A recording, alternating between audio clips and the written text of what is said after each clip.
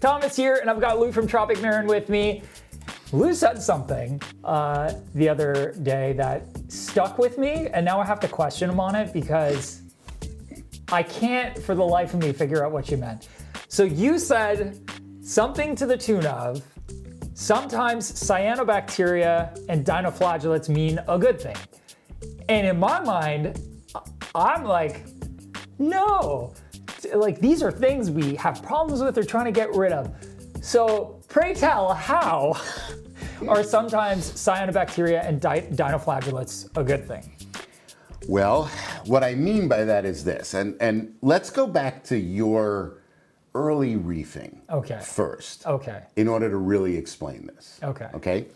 How long have you been, how did you get started keeping a reef tank and getting involved in all of this? So I started off, probably nobody knows this, but I started off when I was 16 years old. Mm-hmm. I started working at a local aquarium shop, and I had only been familiar with freshwater up to that point in my life. Yeah. I'd had plenty of freshwater experience, and I saw the saltwater section and went, yes. And I just got a 20-gallon system from somebody else who was working there who was getting rid of this small Eclipse tank that they had put together with nothing but soft corals and a couple of things. And I got that, and I just dove in head first. And that, my first experience was just taking that system, moving it, and then having it in my house and trying to learn. Great. All right. Awesome. Now, did you feel when you were doing that first system like you were creating in your house this perfect little chunk of the ocean? I'm going to be honest. I was so busy being absolutely flabbergasted by all these things I didn't understand that I had never considered that I was trying to replicate the ocean. I was only thinking about how interesting every tiny thing I hadn't seen before was. First time I ever saw a copepod or an amphipod. Yeah. Like, I wouldn't have been able to tell you what cyanobacteria was, right? Or dinoflagellates. I was just mystified the entire time. Okay, so that's different in my experience than most people that start a reef tank. Most of the people that I talk to that start a reef tank want to create what they feel is this perfect little chunk of the ocean in their living room or their bedroom. Oh, absolutely. Okay. Yeah. That's totally wrong. And the reason it's wrong is because go diving on any coral reef anywhere in the world, you will find green hair algae. Yes. You will find dinoflagellates. Yes. You will find cyanobacteria. And the reason you find it when you are diving on a coral reef is that those things that we don't like in our reef tanks want exactly the same conditions as the corals that we want to grow.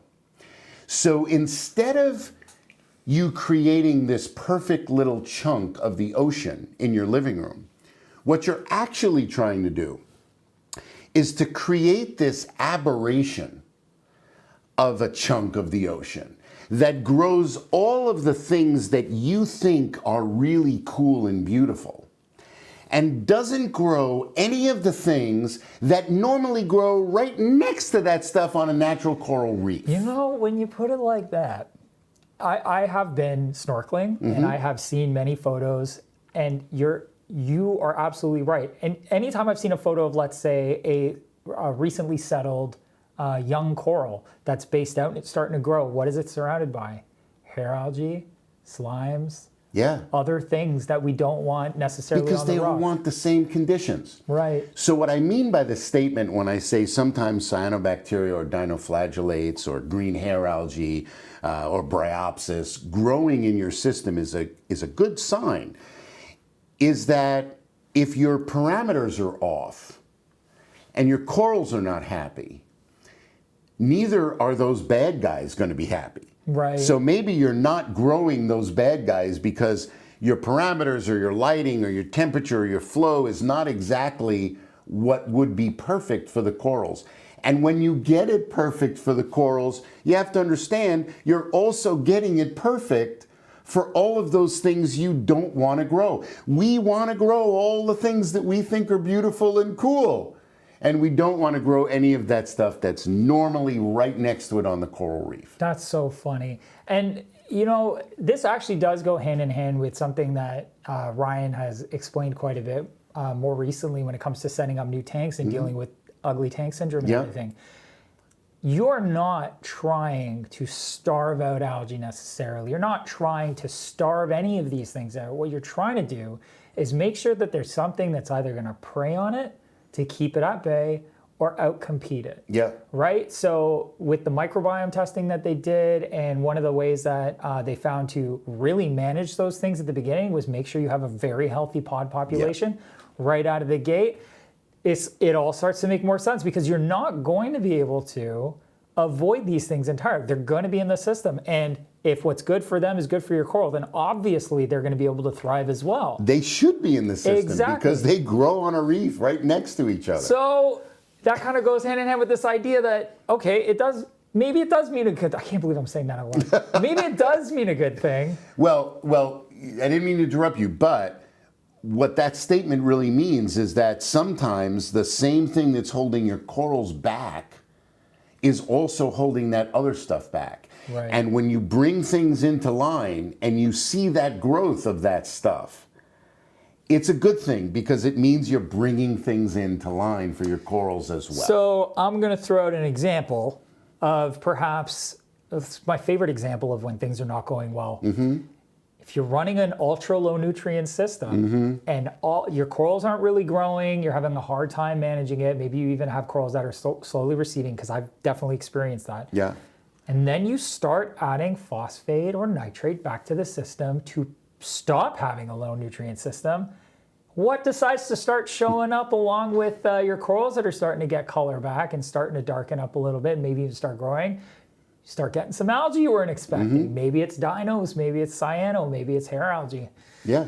It makes sense. So, but that's not growing back because what you're doing is necessarily bad for the system, because what you're doing is good for the system, but that also makes it good for all those bad guys. Sometimes when you bring things into line, you're going to see the growth of what we consider undesirable. Right. But you have to remember, that's just because that's what we consider undesirable. Right. That right? is true. I mean, that's like what makes a weed, you know? That's true. Actually, right? We've had this conversation. My mother-in-law loves gardening, and she's got some flowers that actually I was just talking to my wife about this.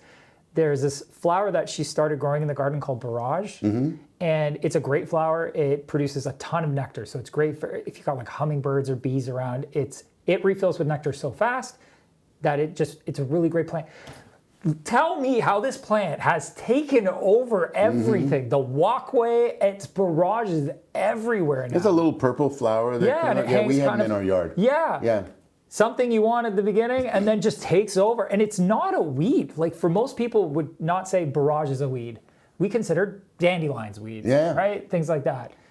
But it's all in perspective. So the point is, what makes a weed a weed? Yeah. It's only a weed because you don't want it there. Exactly. Right? It's not a bad thing. Yeah. It's not something that's not as noble as a blade of grass. It's just not what you want there. It's not. So it's in the wrong spot. It's in the wrong spot. So that's a similar thing with the dinoflagellates and green hair algae or bubble algae. It's just not what you want. Right. But it is a completely natural thing that wants exactly the same conditions. Right. And so sometimes when things are really out of whack and you bring them into whack, that's going to show up. But that's a good sign because it means you're getting things where they need to be. It's funny that I'd never considered that. Well, nobody ever does. I think it's a reason that tanks go through the ugly stage when they're maturing. Because as that tank matures, right, and things start coming into line, you start growing these more easily grown creatures that we consider ugly. And so we call it the ugly stage. But is it really ugly? No, it's just part of the maturation of the system. Right, and there's nothing in there at that point, unless you put it there, to act as the check and balance to bring it into order. Like on a reef, you don't usually see hair algae outbroken like it can get in tanks. Right. But there are all sorts of things on the reef that are keeping it at bay or keeping it in check. Cleanup crew, super important. Oh, cleanup crew, Super important. fish, it is really interesting how a reef as an entire ecosystem can stay in balance in the wild, and then when we bring it into our tanks and we're trying to replicate that, you can very easily take for granted how important that one extra snail is going to be. I've heard so many stories Or where 10, yeah, or 20. where somebody puts like 20 snails into their tank and they don't have algae problems, but then they don't have algae problems, Right. and they don't feed the snails either. People don't think about that. You should feed your snails if you don't have that much algae. And then all of a sudden they have snails dying off, and then they have algae coming back, and they're like, oh, I have algae, I better get a couple more snails. Just maintain what you got. But it is important. Everything's got to be in balance, and everything is already in there. I hadn't considered that. And it does get you to think about your reef in a slightly different way when you start realizing that you're not trying to create and replicate a perfect little chunk of the ocean. Yes. You're choosing what you think is cool and what you think is pretty that you want to grow. And you're choosing to try to not grow this other stuff. And, it's like that's being a curator at a museum. Yeah. You're choosing what you want to have there. And it's a very tenuous balance. And so you're trying to get these things balanced exactly where it's good enough to grow the stuff you like, right, and not in the same exact place to grow the stuff you don't like. Okay, you got me. There I you guess go. I guess it is technically possible for cyano and dinoflagellates to potentially be a good thing. Well, just to indicate better conditions for your corals. Things that I would not have thought about. Not always, but sometimes. There you go. So, okay. Do you have any other, since you've sort of opened my eyes to something I hadn't considered before, what else am I not thinking about? Because you've actually done this to me a few times since you've been here. Just because I like doing that to you. I know. Well, I love it too, because there are so many things, and you probably heard me say this if you've been watching these videos. In retrospect, this seems obvious. So I'll even broaden this, so it's not just me. What do you think most reefers aren't thinking about that like they should be considering? Like it's always, in your experience, always somebody's afterthought. Yeah. But they should be thinking about it now. I think one of the things that I try to look for things that have big impact, right? You know, like there's a million little things we could talk about. Oh yeah. But one of the things I think that has really big impact is that in general, corals are much more tolerant and tougher than we think they are. Right. And so most of the hobbyists that I talk to, when they see a problem in their tank, they're looking immediately for what is that issue. And the important thing to realize is that sometimes that issue that is showing up today is the result of something that happened a week or two ago. Right. In fact, most often. Yeah, absolutely. There's very little that we can do in our reef tank today to cause a problem today. Yeah. You know, it's usually something that happened a week or two ago. And so you try to get people to kind of realize that, and instead of looking at the immediate set of things that's going on now, think also about what's happened over the last couple of weeks, because sometimes that's where the issue is. Yeah. And that's when I think that's important, because we think of corals as this super fragile, thing that it's just constantly trying to die on you. Well, if everything isn't perfect, it's going to start to look bad. But if everything isn't perfect, it's going to start to look bad in a week or two. Yeah.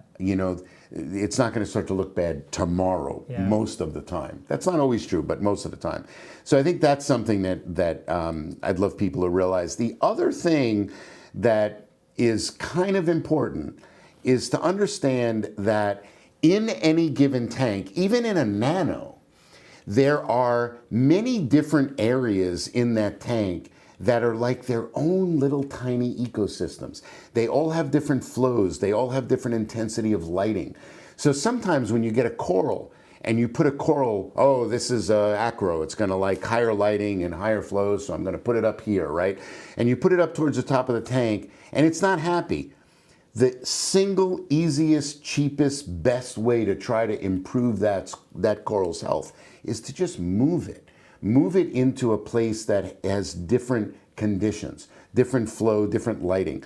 You don't know always how that coral was grown, what it was grown, the conditions it was grown under. Yeah, absolutely. Sometimes it's an acro that grew under lower lighting conditions than normal, and you're putting it in heavy lighting, and all of a sudden it's not so happy. So think about that, especially with a brand new coral. If it's not looking happy in a week or so, then move it. Put it someplace new, because that difference in flow, in lighting, there's even differences in temperature in your system.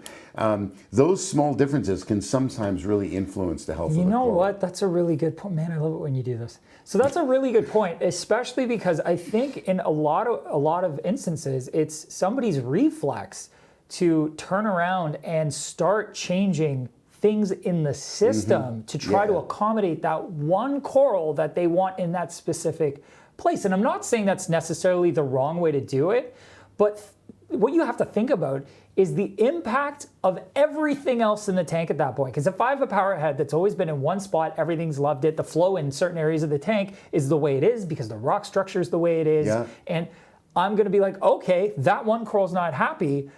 I don't think it's getting enough flow. Let's just say that's what you think the problem is. Now I'm going to move this pump or change how much flow that pump has. And to accommodate this one coral, now I have 3 other corals that are on the other side of the tank that don't want that kind of flow, but I've turned it up. So now they're getting more flow than they need. Now I've caused another problem. Now I'm trying to solve 2 problems instead of just one. So I think it's really smart to, instead of trying to fix everything in the tank for one, that you just try to reallocate that one coral to a place that might be more suitable. Especially with a new coral. Yes. You know, anything under about 3 months of time in your tank, if it's the one coral that is not happy, move it. And move it into lower lighting or higher lighting or lower flow or higher flow or whatever it's in, change the circumstances and the conditions that it's in. Because sometimes even corals that are well documented to like this certain thing that you're giving them end up that they weren't grown that way, and so they want different conditions, you know. So that's another thing that comes up all the time for hobbyists that I talk to is, if it's a brand new coral, and brand new is, 2-3 months, and it doesn't look happy, but everything else is happy, move that guy. Move him into someplace else. Yeah, and I know for especially newer reefers, it's hard to tell what a coral might want. Like, I know it doesn't look right, but I don't know what to do. I think I'm going to try to break it down for the newer people. People who are seasoned and have seen all these corals and know what to expect out of them are going to, you can tell if the polyp extension is really poor and it's an LPS, you're probably blasting it with too much flow, and that's why you're going to move it. If you've got an SPS and it's getting paler day by day, you're probably overlighting it, or it's a combination of light and flow that's an issue. But either way, okay, getting paler, let me move it down somewhere. It's probably the lighting. So you're going to want to know what to look for. If it's not thriving, a great place to start is just look at comparisons of what other people's, like if it's a coral that, let's say you got from a store and it looked good at the store, figure out what it was doing at the store. If it's from another hobbyist, figure out what that person was doing to keep that coral. Was it in a higher flow area, lower flow area, higher light area, lower light area? Just ask the questions, because the guessing game is also bad. Like, you don't want to just move it for the sake of moving it because it's not doing well. You want to try to move it to a more optimal area. So if you don't know what to look for, just ask whoever you got the coral from, or just ask your peers. Like, posting a picture is one of the easiest ways to diagnose things. A lot of people will ask a question, not give us a photo, not give parameters and stuff like that. But if you're going to move a coral, just send a picture and be like, hey, this isn't looking the way I was expecting. We can see where all your pumps are. We can ask the extra questions, but then you can try to move it to a better area. It also doesn't always make sense. No, sometimes like, it's that's the thing, is that it doesn't always make 100% sense. And so sometimes you do have to just try. Oh yeah. Because if all else fails. Because you can try to figure this stuff out all day long. Yeah. Sometimes it doesn't make 100% sense. But the general rule of a new coral that's not looking happy in a tank where everything else is happy probably needs to be moved. That's a pretty good general rule. And I would say in most cases with most corals, if I'm unsure of what that coral wants in my tank, I will almost always move it lower into less flow, further from the light, less flow. It is easier for a coral to adapt to having a little bit less light and having a little bit less flow than the opposite. Because high flow when it doesn't want it will damage tissue, and high light when it doesn't want it will cause oxidization inside of the coral tissue and bleach it. Like it'll start kicking out zooxanthellae because it can't deal with the, there's no way for it to antioxidize. So when in doubt, I would go lower flow, lower light. I'm not saying shove it at the back of the tank where there is nothing but darkness and stillness. Not the answer. But usually lower down in less direct flow is my first reaction if I am not positive what it wants. With SPS? With SPS, even LPS. LPS too, okay. Softies don't care. I've put leather corals in all kinds of conditions and they've been fine. But SPS always. Yeah. Always. The number one thing that I used to help people with on the forums years ago was Montipora. Because everybody treated Montipora, in 2005, 2008, somewhere in that bracket, like all Acropora. But they're not like that at all. They don't want that much light most of the time. Yeah. And their requirements for flow are different. And I remember advising so many people to just move the thing down. People would be putting like Monty caps right up near the top, and they would just go pale, and they'd be like, I don't know what's happening. Move it down. Everything's fine. But yeah. All right. There's a couple of weird ones for you. Yeah. Sometimes it's nice to get on tangents because there are all kinds of topics in reef keeping that people just don't discuss on a regular basis. Actually, we were kind of talking about this a little bit earlier, where the longer you've been in this, the less you want to admit when you've ever done anything wrong, right? Yeah, no, well, I think that's true to a point, but then you get to a point where it just doesn't matter anymore. You're happy to admit all those things you've done wrong. But yeah, I feel like it's experience that gets you there because, I said this earlier, if a lot of people get really defensive because we are taking care of animals and we want to feel like we're doing the best jobs we can for our animals. So when you question what like 2-part additive I'm using and tell me that that's not what's best for you, like a lot of people's reflex is to be like, well, that's what's best for me, so it's the best. There's so many different ways to do things in this hobby, and you got to get to a point where you're just able to be like, maybe I didn't do the best thing that time, but my goal, especially as an educator like you are, when you're trying to help steer people towards the right solution for them or how to solve a problem, my goal is to help you do better. So if I make a mistake, and that's something you can learn from, and BRS has actually been great with this. Great about that. Ryan is phenomenal when it comes to this. I think he loves showing his mistakes. It's the best. I mean, that's the best thing for everybody else. So I stopped caring. Like, if I can help you by telling you what I did wrong, then that's all the better because I'm going to help more tanks along the way. So sure, maybe I bleached a coral. Maybe I lost a frag of Montipora or Acropora, and I feel stupid about it now. But if I can help you not do that, and I save, through just education, 100 other corals, then I'm okay with that. I agree, 100%. And it all takes education, which is what Lou's been helping me with all of these videos. And if you haven't been watching these videos, I highly recommend it because we go through all kinds of stuff. The entire, basically, Tropic Marin lineup and how to use it the right way and what's going to work for you. So 2-part. What 2-part do you want to use? Or do you want 3-part? Or do you want 1-part? You never want 2-part. You always want either the 1-part or the 3-part, never 2-part. You heard it here first. And you can find out why, because we go over the exact reasons in this video right here. So check it out.